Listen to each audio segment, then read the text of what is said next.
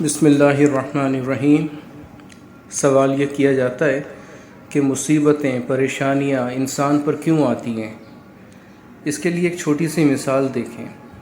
ایک پھانسی پر لٹکی ہوئی لاش کے بارے میں چند آدمی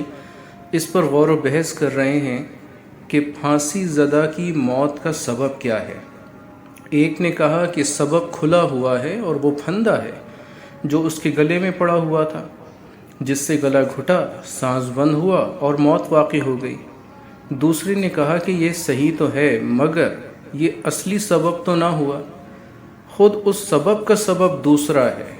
اور وہ یہ ہے کہ تختہ جو اس کے پاؤں کے نیچے سے نکل گیا تھا وہ اس کی اصل وجہ ہے کہ جب وہ پاؤں کے نیچے سے نکلا، آدمی اس پھندے میں لٹک گیا تو پھندے نے تو گلا کو دبانا تھا، موت واقع ہونا تھی۔ اس لیے موت کا اصلی سبب پھندا نہیں بلکہ وہ تختہ ہے کہ جس کے سرکنے ہی سے پھندا گلے میں پھنسا ہے۔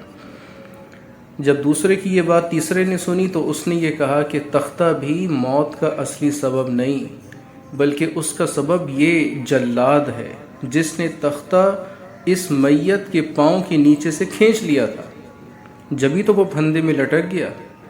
چنانچہ موت کا اصلی سبب تختہ بھی نہیں بلکہ وہ جلاد کا فعل ہے۔ چوتھے نے یہ بات سنی تو اس نے کہا کہ بھئی اس جلاد بھی اصلی سبب نہیں تھا، کیونکہ اس کو خود میت سے کوئی ذاتی عداوت تو نہیں تھی، بلکہ وہ تو مجسٹریٹ کے حکم کا پابند تھا۔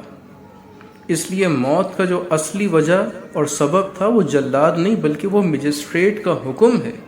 جس نے اس جلاد کو حرکت دی اور اسے پھانسی آ گئی۔ پانچویں نے بات سنی تو اس نے کہا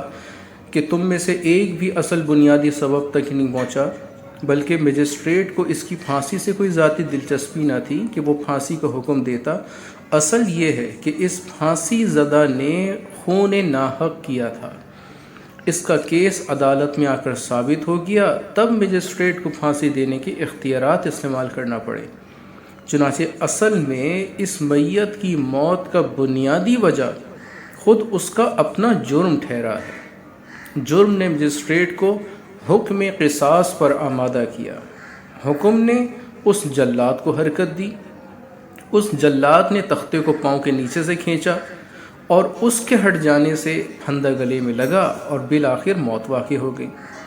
چنانچہ موت کا ظاہری اور قریبی وجہ تو پھندا ہے،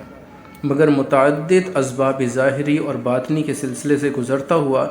اصلی باطنی سبب خود مجرم کا جرم اور قانون وقت کی نافرمانی ہے۔ اس چھوٹی سی مثال سے ہمیں یہ بات سمجھ میں آتی ہے کہ انسان پر جو بھی مصیبتیں آتی ہیں وہ انسان کا اپنا فعل ہوتا ہے جو کہ اس کے سامنے میں ایک شکل بن کر آ جاتی ہے۔ کسی مصیبت کی صورت میں اس کا وہ فعل بد جو برا فعل کیا ہوتا ہے، اللہ کی نافرمانی، وہ ایک برائی کے ساتھ ظاہر ہو جاتی ہے، کبھی پریشانی کی صورت میں، کبھی بیماری کی صورت میں، کبھی آزمائش کی صورت میں، کبھی کسی میں۔ تو انسان پر آنے والی جتنی بھی مصیبتیں ہوتی ہیں وہ خود انسان کا اپنا فعل ہوتا ہے۔ لہٰذا انسان کے بارے میں اللہ نے یہی ارشاد فرمایا کہ تم پر جو بھی آزمائشیں آتی ہیں بما کسبت ایدیکم، وہ تمہارا اپنا کسب ہوتا ہے، تم جو کرتے ہو وہ تمہارے سامنے آ جاتا ہے۔ یہ جو مصیبتیں ہوتی ہیں یہ بھی انسان کو مضبوط کرنے کے لیے آتی ہیں، یعنی کہ ان مصیبتوں سے یہ بات سمجھ میں آ جانی چاہیے کہ مجھ پر ایک گناہ کی نحوست پڑی ہے، اب میں نے اس گناہ کو دوبارہ نہیں کرنا۔ جب انسان اس طرح کر کے ایک مصیبت کو اپنی اصلاح کا ذریعہ سمجھتا ہے تو وہ مصیبت تو نہ رہی، وہ تو انسان کے لیے مضبوط کرنے کا ایک ذریعہ بن گئی، اور جو چیز انسان کو مضبوط کرنے کا ذریعہ بنے وہ اللہ کی رحمت شمار ہوتی ہے۔ لہٰذا مصائب کو، پریشانیوں کو، بیماریوں کو یہ اللہ تعالیٰ کی طرف سے آزمائش اور ابتلا نہ سمجھیں، یہ عذاب نہ سمجھیں، بلکہ یہ اللہ کی رحمت سمجھیں کہ اس نے کسی رحمت کے سبب ہم پر یہ مصیبت اور آزمائش ڈالی تاکہ ہم اس میں سے نکلیں اور مضبوط ہو کر باہر آئیں،